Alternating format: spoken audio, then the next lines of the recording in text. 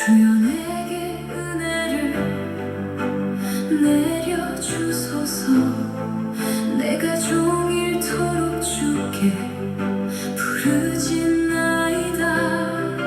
내 영혼이 주님을 우러러보니 주여 내 영혼을 기쁘게 하소서. 주는 선하사 사죄하기를 즐기시며 부르짖는 자에게 인자함이 크시니 나의 환난날에 주께 부르짖으리니 여호와여 내 기도에 응답하소서.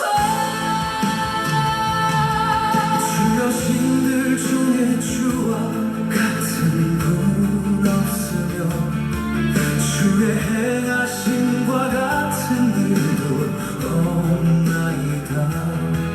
주께서 지으신 모든 민족들이 와서 주의 앞에 경배하며 영광 돌리리이다. 여호와여 주의 길을 가르치소서. 내가 주의 진리 안에 해가 오리니 온 마음으로 주의 이름 경외하게 하사 나의 깊은 수렁에서 건져주소서. 주는 선하사 사죄하기를 즐기시며 부르짖는 자에게 인자함이 크시니 나의 환난날에 주께 부르짖으리니 여호와여 내 기도에 응답하소서. 여호와여 주는 나를 돕는 분이시니 나를 위로하시는 주님을 찬양합니다.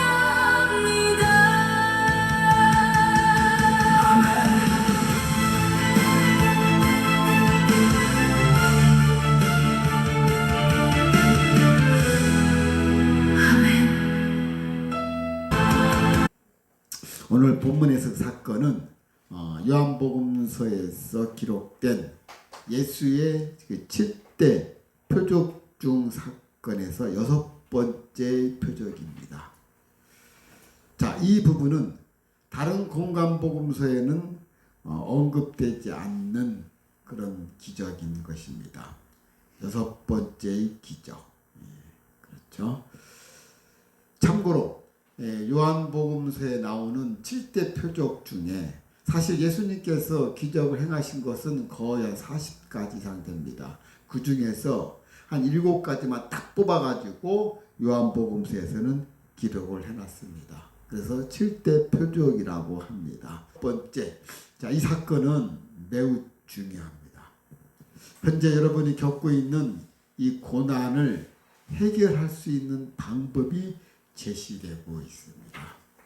그래서 오늘 말씀을 절대로 놓치지 마시고 집중하셔서 여러분들이 현재 당하고 있는 고난이라든가 불행을 이 오늘 방법을 통해서 꼭 해결하시길 바랍니다. 그럼으로써 여러분들이 그 방법으로 삶에 적용을 시켜가지고 하나님으로부터 구원과 은총을 받아 누리시기를 바랍니다. 자, 오늘 본 사건은 예수님께서 길을 가시다가 날 때부터 맹인된 사람을 만나게 됐습니다. 자, 이 사람은 불행하죠. 태어나자마자 맹인을 태어난 거예요. 얼마나 불행합니까? 그렇죠? 그러자 이 모습을 보고 제자들이 물어보는 거예요. 아니, 선생님이시여, 도대체 저 사람은 무슨 죄를 지었길래 저렇습니까? 저 사람이 죄가 짓는 것은 누구의 죄로 인합니까? 본인의 죄입니까? 아니면 그의 부모의 죄입니까? 자, 여러분들은 누구의 죄라고 생각하세요? 이 사람은 날 때부터 맹인됐다고 그랬어요. 그러니까 죄를 지을 수도 없었어. 그러니까 이제 아담이 지은 죄, 그 죄를 갖고 태어났지요. 그 외에는 죄 지은 게 없어요. 날 때부터 맹인됐다는데, 그렇죠? 그러면 부모의 죄일까? 일반적으로 우리가 어떤 이런 불행을 당하면은 그 불행의 원인이 죄인 것만은 사실이에요. 그렇죠? 어떤 불행이 왔을 때 거기로 그 인한 원인이 대부분이 다 불행인 것만은 사실이에요. 그러니까 이 제자가 예수님한테 묻는 거예요. 아니, 이런 불행은 곧 이에게 분명히 죄로 인함인데 그 죄가 도대체 이 사람의 죄로 인한 것이냐 아니면 부모로부터 난 죄냐, 그걸 좀 묻는 거예요. 그렇죠? 자, 그런데 주님께서 뭐라고 말씀하시는지, 여기서 예수님께서 말씀하시기를 이 사람이나 그 부모의 죄로 인한 것이 아니라 그에게서 하나님이 하시는 일을 나타내고자 하심이라. 참 뜻밖의 말씀을 하시는 거예요. 그렇죠? 자, 우리는 여기서 새로운 사실을 발견합니다. 주님은 그가 소경된 것이 그 부모나 그의 죄 때문이 아니라 하나님의 일을 나타내시려는 하나님의 섭리 때문이라고 말씀하십니다. 즉 인간의 불행과 고난이 다 죄로 인하여 발생되는 것이 아님을 지금 지적하고 있는 거예요. 하나님의 영광을 위한 고난도 있다는 것을 지금 이야기하고 있는 것입니다.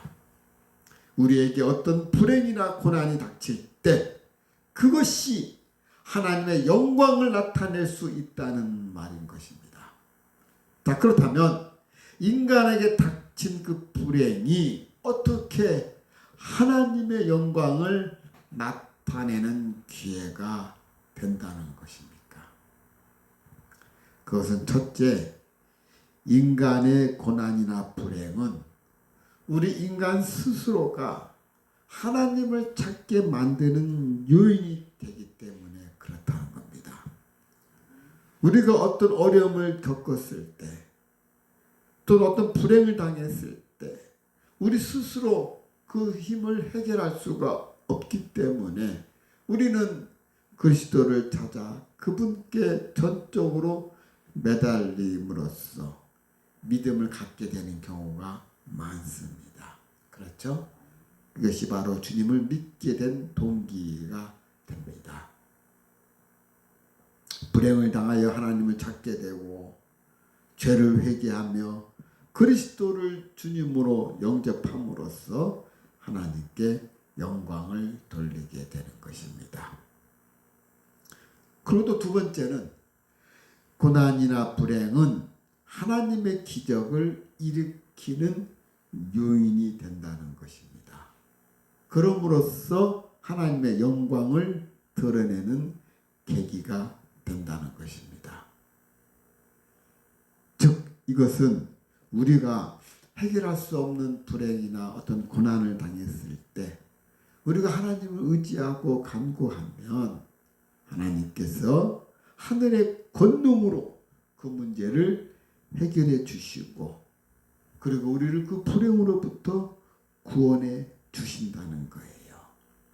그러니까 가만히 생각해 보면 현재 우리 당한 고난이나 불행은 하나님의 기적을 맛볼 수 있는 찬스구나. 여러분, 이 고난은, 나에게 주는 고난은 왜 나에게 이 고난이 왔습니까? 그게 아니고 아버지는 그래, 이 고난을 통해서 시시각각으로 좁혀오는 그 환경을 통해서 너 다른 데 보지 말고 나만 봐. 그거를 아버지께서 간구하신 거라는 겁니다. 여러분, 정말 시시각각으로 나에게 조여오는 어떤 불행이 온다 할 때 그 불행을 보고 여러분 겁먹지 말고 이것이 바로 하나님 나에게 주신 사인이구나. 그래, 너 나만 봐. 나에게만 의지해. 하는 강력한 하나님의 메시지라는 거예요. 믿습니까? 오늘 본문이 바로 그걸 이야기하고 있는 것입니다. 한 예로 출애굽한 이스라엘 백성들이 앞에는 홍해바다, 뒤에는 바로의 군대로 인해서 후퇴할 수 없는 진퇴양난의 위기에 빠져 있었습니다. 이때 이스라엘 백성들은 절망하면서 부르짖었습니다. 그러나 모세는 백성들에게 너희는 두려워 말고 가만히 서서 여호와께서 오늘날 너희를 위하여 행하시는 구원을 보라. 가만히 있어서 하나님 하시는 일을 보라는 거예요. 그 결과 홍해바다가 갈라지는 하나님의 큰 기적을 온 백성들이 목도하였던 것입니다. 그럼으로써 그들은 하나님께 영광을 돌리게 된 것입니다. 그렇습니다. 우리에게 닥친 그 고난이나 그 불행은 하나님의 영광스러운 기적을 일으키게 하는 그 요인이 된다는 것을 늘 기억하시길 바랍니다. 그래서 시편 50편 15편에는 환난 날에 나를 부르라. 내가 너를 건지리니 내가 나를 영화롭게 하리로다. 그렇습니다. 하나님께서 우리에게 말씀하시기를 환난 날에 나를 부르라는 거예요. 나를 찾으라는 거예요. 그러면 내가 너를 건져주겠다는 거예요. 그러면서 그 다음 하시는 말씀이 뭐라 하십니까? 내가 나를 영화롭게 하리로다. 그러니까 우리 아버지는 너가 나를 하나님을 인정하는구나. 이거를 하나님이 기뻐하신다는 거예요. 그 여러분들 어려운 일을 당했을 때, 힘든 일을 당했을 때 나에게 구하라는 거예요. 나를 하나님 됨으로 인정하라는 거예요. 이것이 바로 나를 영화롭게 한다고 아버지께 기뻐하시잖아요. 가만히 보세요. 아, 그렇구나. 하나님은 당신이 우리 하나님이기를 원하시는 거예요. 그리고 당신이 만드는 당신의 자식들이 그 입술을 통해서 아버지라고 부르기를 원하시는 거예요. 그래서 항상 나만 바라보게 하려고 하나님께서 계속 환경을 막 어지럽게 하면서 이 아이들이 아빠 막 짝짝짝짝 그것만 원하신다는 거예요. 아, 이것이 너가 나를 영화롭게 하는구나. 아버지가 기뻐하시는 것이 바로 그거구나. 우리가 어떤 어려운 문제를 당했을 때 아버지 하면서 막 부르짖는 걸 아버지는 원하신다는 거예요. 아버지께서 뭘 하십니까? 그래, 너가 나를 영화롭게 하는구나. 너가 나를 하나님 됨으로 인정하는구나. 그렇습니다. 여러분, 여러분에게 닥쳐있는 대소사 작은 일을 할지라도 하나님께 간구하고 하나님께 여쭙고 하나님께 감사 고백하시길 바랍니다. 하나님은 그걸 원하신다는 거예요. 이뿐이 아닙니다. 우리가 환난 중에 또 즐거워하나니 이것은 환난은 인내를, 인내는 연단을, 연단은 소망을 이루는 줄을 알미로다. 로마서 5장 3절과 4절 말씀입니다. 그렇습니다. 바로 이 고난은 하나님께서 당신을 부르는 사인이구나 라는 것을 기억하시고 이 말씀 속에는 하나님 나와 함께 하시는구나. 하나님의 나를 사랑하시는구나 하는 그 아버지의 그 사랑을 깨달으시길 바랍니다. 여러분은 지금 고난 중에 있습니까? 그렇다면 하나님의 영광스러운 기적을 맛볼 수 있는 찬스가 왔다는 겁니다. 그렇기 때문에 두려워하지 말고 그분이 행하실 그 구원을 기대하면서 그러면서 주님만 바라보시길 바랍니다. 예수님께서 하나님이 하시는 일을 나타내고자 하신다고 말씀을 하시면서 그 다음에 4절은 뭐라고 말합니까? 때가 아직 낮인데 나를 보내신 이의 일을 우리가 하여야 하리니. 그 다음에 밤이 오면은 그때는 아무도 일할 수가 없느니라. 그렇죠? 그렇습니다. 지금 주님께서는 소경 앞에 두고 제자들에게 이렇게 말씀하신 것입니다. 너희가 지금 저 앞 못 보는 소경을 보고 있느냐? 그러나 너희들도 때가 되면 저 소경처럼 빛을 보지 못할 때가 당하게 되리라. 그러므로 눈이 밝은 이때에 열심히 하나님께 충성하라. 즉 우리가 눈이 밝고 건강할 때 하나님께 충성해야지, 그렇지 않으면 이 충성의 기회를 놓치게 된다는 말씀인 것입니다. 그렇습니다. 지금 여러분 힘있고 건강할 때 하나님께 충성하시길 바랍니다. 자, 여기서 가만히 보면 주님께서 말씀하시기를 지금 뭐라고 말씀하시냐면은 때가 아직 낮인데 나를 보내신 이의 일을 내가 하여야 하리니가 아니라 누가 한다고 돼 있어요? 우리가 돼 있어요. 우리가 해야 한다고 말씀하신 거예요. 우리가 해야 한다는 이 말을 직역하면 우리가 반드시 해야만 한다는 거예요. Must, we must do the work. 그 일을 반드시 해야 한다는 것입니다. 주님께서는 하나님이 자신에게 맡기신 그 임무를 수행하심에 있어서 우리도 역시 해야만 한다는 것입니다. 세상에는 주님을 모르는 많은 사람들이 마음의 눈, 영의 눈이 가려져서 맹인으로 살아가고 있습니다.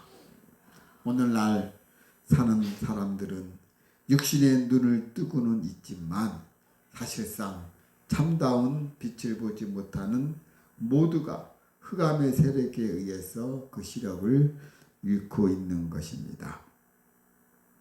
그래서 우리가 하여야 하리라 하는 이런 말씀처럼 잠긴 저들의 눈을 뜨게 해야 한다는 것입니다. 다시 말해서 복음을 전해야 한다는 것입니다. 그리고 나서는 주님께서 내가 세상에 있는 동안에는 세상의 빛으로다 이 말씀을 하시고, 그리고는 6절에 참 희한하게 하시죠. 하나님 주님께서 그냥 말씀으로 그냥 선포하시면 되는데 그 소경을 향해서 눈을 떠라 하면 되지 않았을까요? 그렇죠?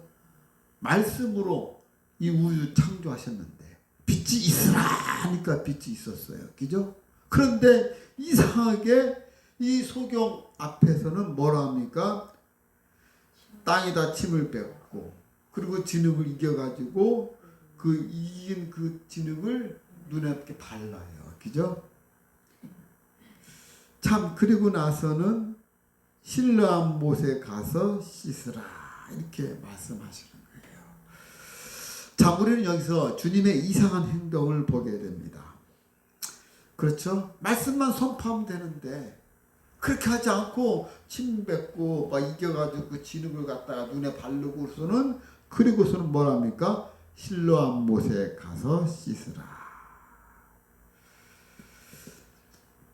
여기서 우리는 주님의 그 치유하는 그 방법을 우리가 한번 살펴보도록 하겠습니다. 주님이 치유하는 방법, 그럼 여러분들이 참 독특하게 치유하시는 방법들이거든요. 여러 샘플링으로 나옵니다. 하나하나 보면서 왜 주님이 이렇게 치유하실까 하는 것을 한번 눈여겨보시기 바랍니다. 자, 우리 다 같이 마가복음 보도록 하겠습니다. 마가복음 7장 33절. 자, 우리 권찰님 한번 읽어보시기 바랍니다.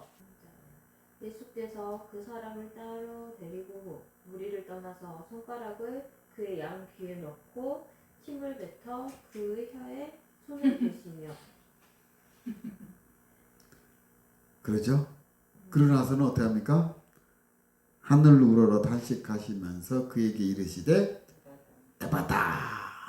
자, 여기서 주님께서는 이제는 그 귀먹고 말더듬 자에게 어떻게 합니까? 손가락으로 막 그 귀를 막 후벼패요. 그죠? 그 다음에 또 어떻게 합니까? 침을 또 뱉어가지고는 그 침으로 그의 혀에다가 손을 대셔요. 참 그렇죠? 그러자 혀가 맺힌 것이 풀려가지고 말이 분명하게 졌더라. 다음 또 한 케이스 봅시다. 그 다음에 마가복음 8장 다음 장 23절 권사님 한번 읽어보시기 바랍니다. 예수께서 맹인의 손을 붙잡으시고 마을 밖으로 데리고 나가사 눈에 침을 뱉으시며 그에게 안수하시고 무엇이 보이느냐 물으시니 자, 이번에는 그 맹인에게 직접 그 눈에다가 한번 생각해 보세요. 응? 그 맹인에게 갖다 눈에다 침을 딱 뱉어버려 그냥. 그러죠? 그 탁 데리고 가가지고 마을에서 빨리 나와가지고 한적한 데 가가지고 아무도 안 본 데 가서 눈에다 크게 침 딱 뱉어버려. 그리고 무엇이 보이느냐 그러신단 말이에요. 자, 이번에는 이제 마태복음 8장 가봅시다. 이번에는 주님께서 나병 환자를 대시는데 나병 환자 자 8장 3절 자 우리 권찰님 한번 읽어보세요. 예수께서 손을 내밀어 그에게 계시며 이르시되 내가 원하노니 깨끗함을 받으라 하시니 즉시 그의 나병이 깨끗하여진지라. 그래요. 이번에는 희한하게 뭐 침 뱉거나 하지도 않고 그냥 말씀으로 선포하는 거예요. 그렇죠?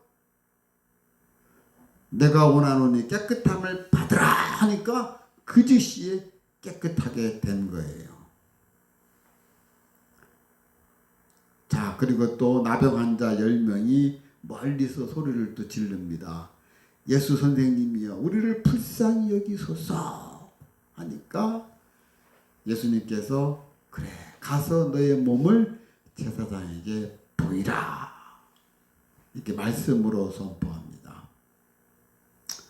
또 하나 가버나움에서는 백부장이 하인이 병들어 죽어되었을 때 그 백부장이 예수님께 나와서 간절히 구합니다. 그래서 예수님께서 그래 그 하인이 어딨냐 하니까 백부장이 하는 말이 아닙니다. 예수님께서 오시고 자 수고까지 하시지 마시고 제 집에 들어오는 것을 제가 감당하지 못하겠나이다. 그냥 말씀만 선포하세요. 그러면 하인이 낫겠나이다. 이렇게 이야기를 하는 거예요.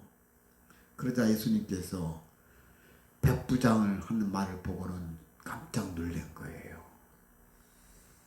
하시는 말씀이 내가 이만한 믿음을 내가 보지 못했노라. 이 말씀을 하시는 거예요. 심지어는 회당장의 야이로가 자기 딸을 고쳐달라고 회당장 야이로는 사실 예수님을 이들은 율법학자들이기 때문에 예수님을 거부했던 자들이에요. 그런 회당장인이 얼마나 높은 그런 위치에 있는 사람이겠습니까? 그럼에도 염치불구하고 자기 딸이 죽어가니까 그냥 살려달라고 예수님 발 아래 엎드리는 거예요. 엄청난 사건입니다. 엎드리면서 자기 딸을 고쳐달라고 이야기를 합니다. 그러면서 죽어가는 내 딸에게 손을 얹어 살게 해 주옵소서. 그러자 주님이 회당장 집으로 가자. 가보니까 이미 딸은 죽어 있었습니다.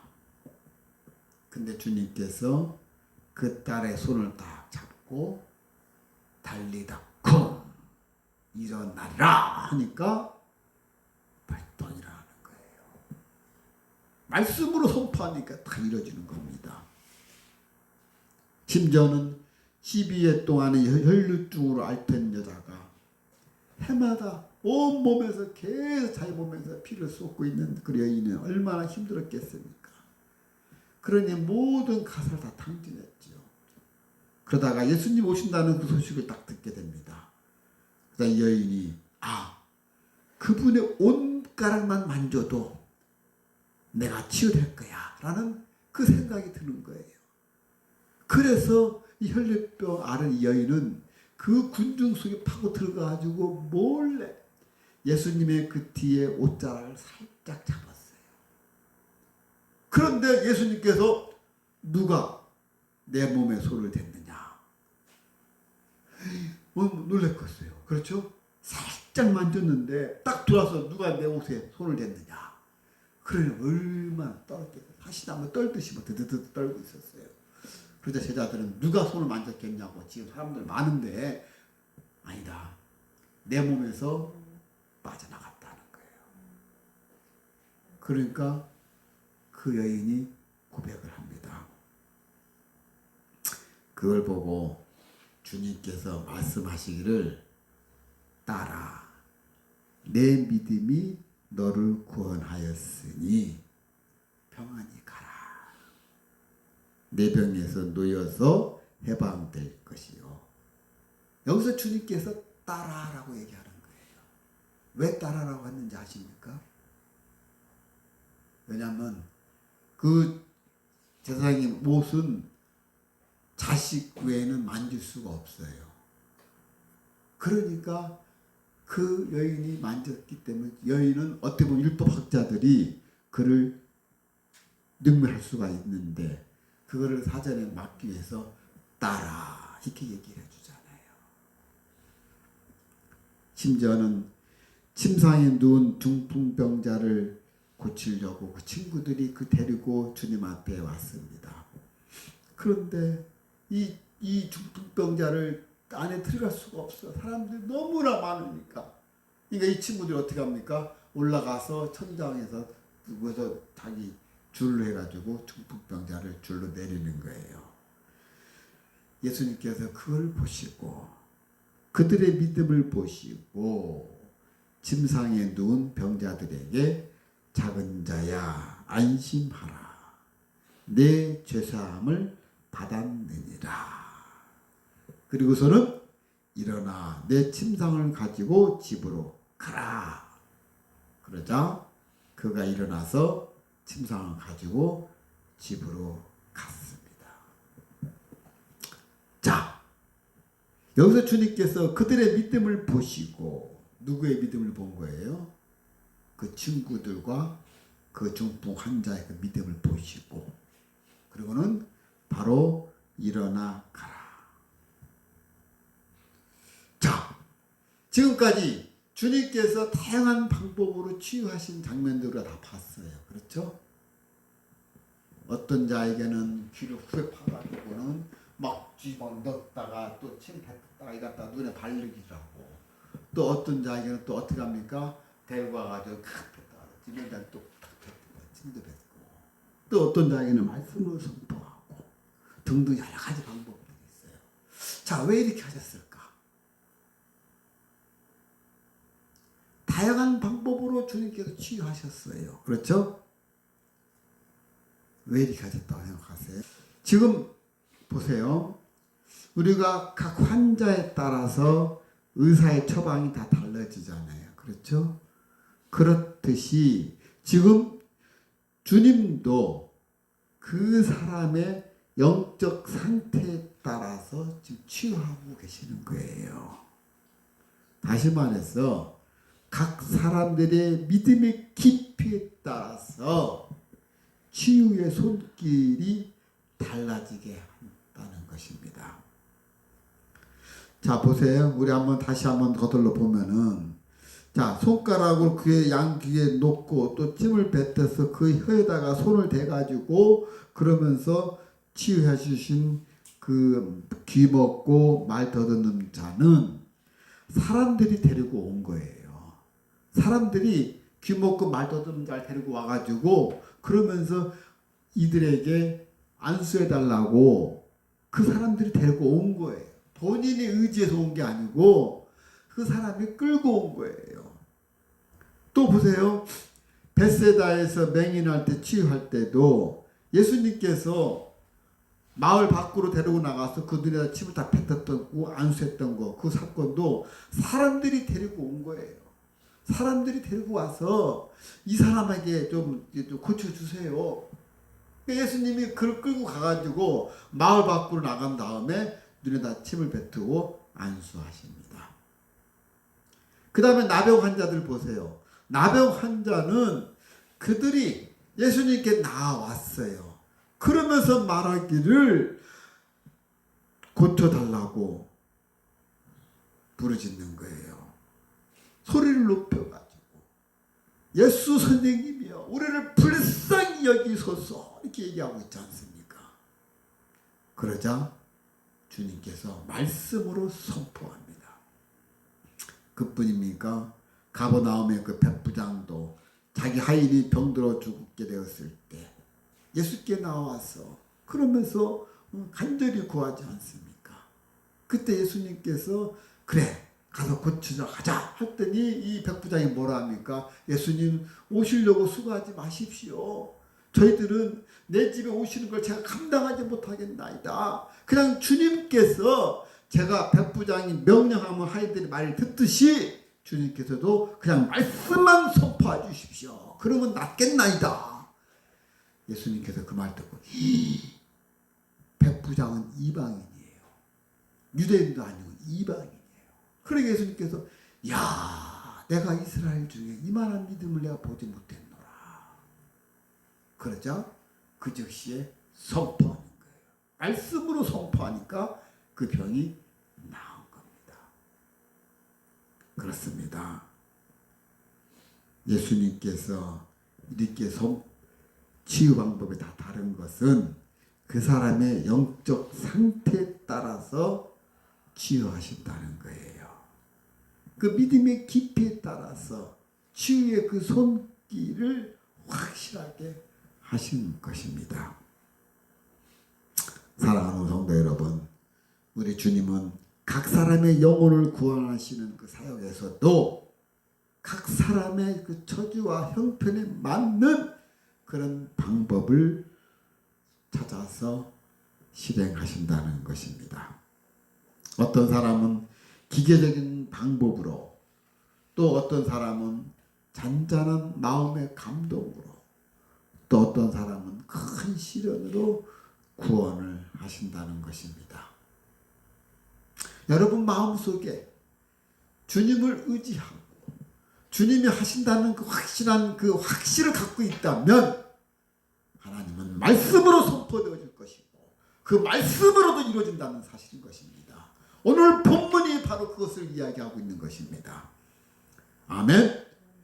그러면서 주님께서 말씀하시기를 7절 주님께서 그 소교에게 하시는 말씀이 실로암 못에 가서 씻으라.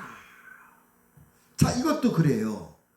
다른 우리가 현장에서 볼 때는 어떤 표적에서 이적을 일으키실 때 그 자리에서 말씀을 선포하든지 아니면 그 자리에서 만지든지 이렇게 하셨잖아요. 그럼 이번엔 특이하게 어떻게 합니까? 그게 아니고 너 실로암 못에 가서 씻어라 말씀하시는 거예요. 그렇죠? 실로암이라는 이 말을 지금 강조하고 있어요. 이 의미를 부각시키고 있습니다. 그렇죠? 왜 그랬을까? 실로암의 의미를 강조한 그 이유가 있습니다. 실로암은 보냄을 받았다. 그렇죠? 즉 실로암 못은 이 실로암 못이 사실은 성 밖에 기운 샘물로부터 온 거예요. 이 실로암 못이 뭐였냐면 히스기야 왕 때 히스기야 왕이 당시에 아수르 쪽이 침범이 그때 강적이었거든요.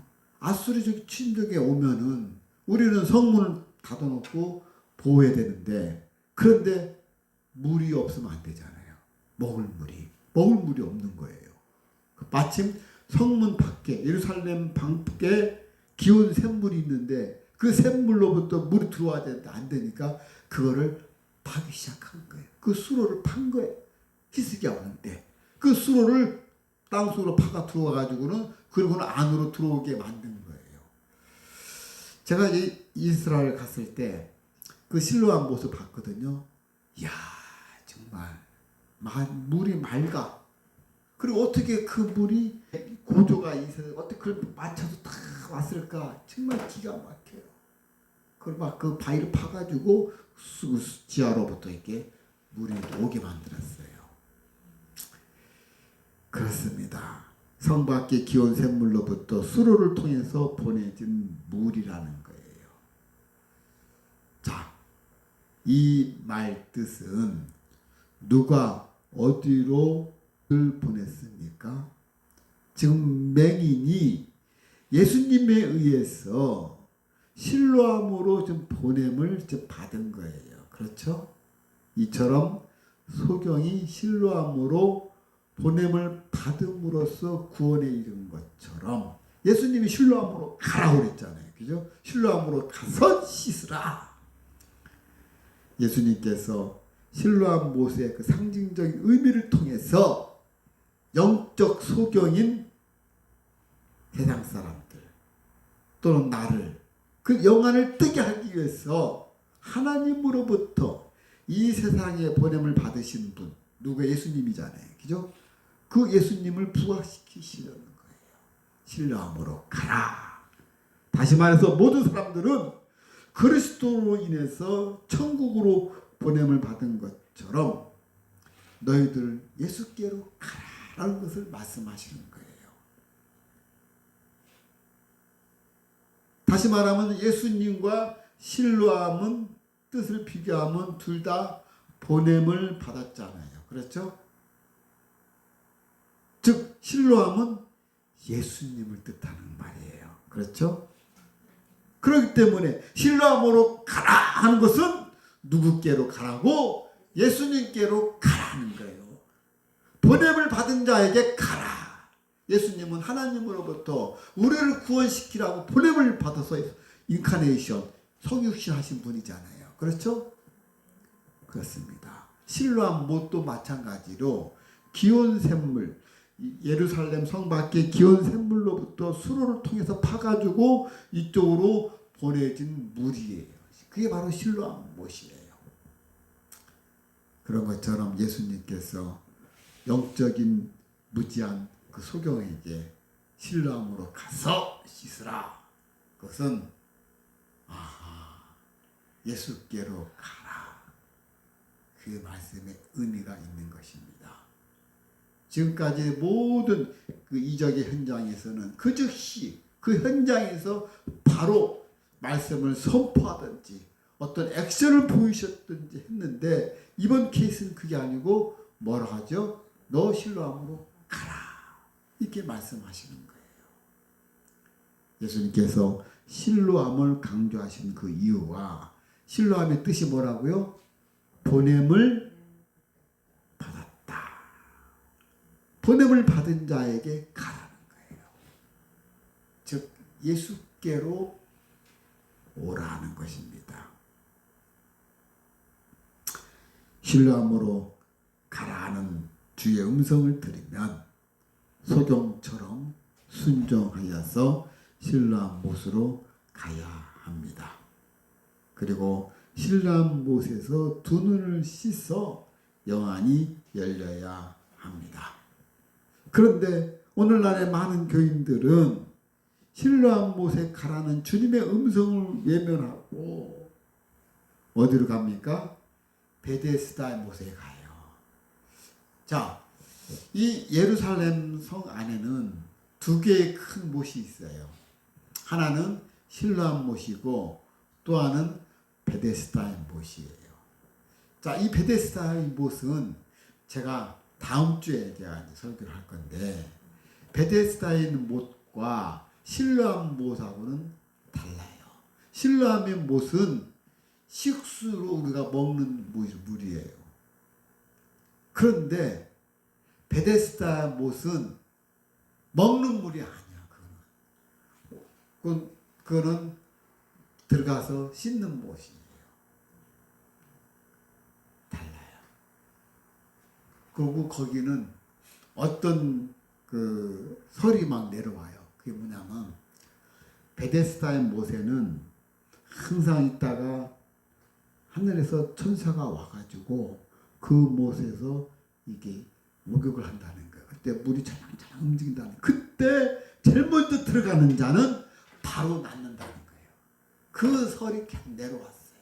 그러니까 항상 거기 있다가 물이 차량차량 움직이면 그때 들어가가지고 이제 막 몸을 씻거든요. 근데 거기에 소경이 하나 있었어요. 38년 된 소경이. 거기를 들어가고 싶어가지고 가서 낫게 하려는데 안 보이니까 항상 뒤처지잖아요. 제일 갈라면 다 버리고 못 갔던 그런 사연이 있는 소경을 이제 주님이 이제 만나게 됩니다. 그 베데스다라는 못이 있어요. 근데 그 베데스다는 바로 그런 소문과 간섭에 따라서 움직여지는 베데스다 못인데 거기 갔으면 치유된다는 그 말을 듣고 근데 많은 사람들이 실로암으로 가라. 주님께서 말씀하신 실로암 못으로 가라는 말을 했는데 실로암 못으로 안 가고 어디로 가요? 베데스다 못으로 가요. 어떤 소문과 간섭에 따라서 사람들이 움직여지는 그 소문을 듣고 나의 간섭에 의해서 내 생활 방식대로 그러고 간다는 거예요. 주님께서 실로암 못으로 가라는 것은 나에게 오라는 거 아닙니까? 그렇죠? 그런데 많은 사람들은 주님께로 가지 않고 베데스다 못으로 간다는 거예요. 그렇다면 지금 여러분들은 어디로 가고 있습니까? 실로암 못으로 갈까? 베데스다로 갈까? 그런 망설이는 자에게 주님께서 이렇게 말씀하십니다. 마지막 우리 계시록 보도록 하겠습니다. 계시록 3장 맨 뒤에 있습니다. 주님께서 실로암으로 가라고 말씀하셨는데 실로암으로 갈까? 아니면 나의 관습과 소문에 따라서 움직여지는 그런 베데스다 못으로 갈까? 이런 망설이는 자에게 주님이 말씀하십니다. 계시록 3장 16절 말씀 권사님 읽어보시기 바랍니다. 내가 이같이 미지근하여 뜨겁지도 아니하고 차지도 아니하니 내 입에서 너를 토하여 버리리라. 지금 얼마나 무시무시한 말입니까? 지금 주님께서 말씀하시기를 너의 그 믿음이 미지근하다는 거예요. 뜨겁지도 않고 차지도 않고 그래서 내 입에서 너를 뱉어낸다는 거예요. 자, 이 말씀이 어느 교회에 선포된 말입니까? 라오디게아 교회입니다. 라오디게아 교회에 대해서 지금 경고하고 있는 메시지입니다. 당시 라오디게아의 교회는 차지도 않고 덥지도 않고 미지근한 그런 신앙을 갖고 있었습니다. 라오디게아 사람들은 믿음이 미지근했다는 거예요. 그런데 지형적으로 보면 그 위에 히에라볼리라는 그 온천수가 있습니다. 그 온천수에 물이 이렇게 내려오고 그리고 거기로부터 14km 밖에 있는 그런 골로세라는 곳에서 물이 또 흘러 들어와요. 그래서 그 물이 온천수 물하고 그 물하고 혼합돼 가지고 그런 미지근한 물이 라오디게아 그 도시를 지나가고 있어요. 그 물은 식수로 부족합니다. 그래서 그 물을 먹은 자에는 다 토했어요. 식수로 부족하지 않기 때문에 그런 지형적인 그런 특성을 놓고 또 믿음도 또 그래요. 또 믿음도 또 똑같아. 뜨겁지도 않고 차지도 않고 미지근한 상태에서 그러니까 주님께서 내가 토해내리라. 그렇습니다. 주님께서 실로암으로 가라. 가서 네 두 눈을 씻어라 하는 말은 여러분 오직 주님께 나아가야 된다는 것입니다. 사랑하는 레마 가족 여러분, 오늘도 주님은 우리들의 눈을 바로 떠 있게 하시려고 성령으로 우리에게 오십니다. 성령님을 진심으로 맞이해야 합니다. 실로암이신 예수님만이 우리들의 눈을 밝게 해주신다는 것입니다. 그래서 우리는 오직 예수님만 바라보아야 된다는 것입니다. 예수님만 바라본다는 말이 그냥 뭐 워치더 지졌습니까? 그게 아니라고 했잖아요. 뭐라 했어요? Fix, 고정시키다는 거예요. 그죠? Fix your eyes on Jesus. 너의 눈을 누구께? 예수께 고정하라. 그것이 바로 주님을 바라보다라는 것입니다. 성도는 두 개의 세상을 볼 수 있는 눈을 가져야 합니다. 한 세상은 지금 우리가 살고 있는 세상인 것이고 또 한 세상은 하나님 나라의 삶이라는 것입니다. 이 두 삶이 합쳐진 것이 바로 그리스도의 삶이 되는 것입니다. 그리스도의 그 삶이라는 것은 바로 무엇입니까? 바로 그것이 복음이라는 것이에요. 그래서 여러분들이 그 삶이 복음이 되기를 여러분의 행동으로 인해서 여러분의 모든 그 행동들이 바로 복음이기를 바라는 것입니다. 하나님께서는 오늘도 우리를 사랑하십니다. 하나님께서 우리를 사랑하시기 때문에 사랑하는 자가 당신이 사랑하는 자가 잘 되기를 바라시는 거예요. 하나님께서 우리를 사랑하시기 때문에 사랑하는 자가 더 잘 하기를 바라는 것입니다. 이것이 바로 하늘에 계신 우리 아버지의 마음이라는 것입니다. 그러므로 우리는 또한 우리를 구원하여 주신 주님 만나기를 항상 사모하는 마음을 가져야 합니다. 그리고 그 말씀에 순종해야 한다는 것입니다. 실로암으로 가라, 실로암 못에 가서 씻으라 하는 주의 음성을 늘 상기하면서 이 은혜를 베풀어 주신 그리스도께 감사하고 천국의 소망 안에서 이 세상 가운데 그리스도의 그 증인이 되는 그 삶을 삶으로써 주님의 그 은혜에 보답하시는 그런 저와 여러분 되시기를 주님의 이름으로 축원합니다. 기도하시겠습니다. 사랑이 많으신 아버지 감사합니다. 오늘 말씀 속에서 주님께서 실로암으로 가라는 그 말씀, 주님께로 가라는 그 말씀이었습니다. 우리의 모든 삶을 하나님께 의지하고 나아가는 저희들의 모습 되게 하여 주시옵소서. 감사하며 사랑이 많으신 예수님의 이름으로 기도합니다. 아멘.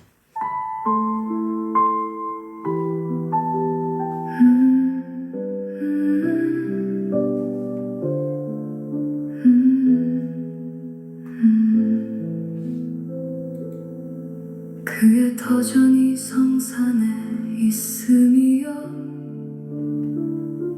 여호와께서 야곱의 모든 것 저보다 시온의 문들을 사랑하시는도다. 하나님의 성이여 너를 가리켜 영광스럽다 말하는도다. 라합과 바벨론 블레셋과 두루와 구스여 이것도 저것도 거기서 나타나리로다.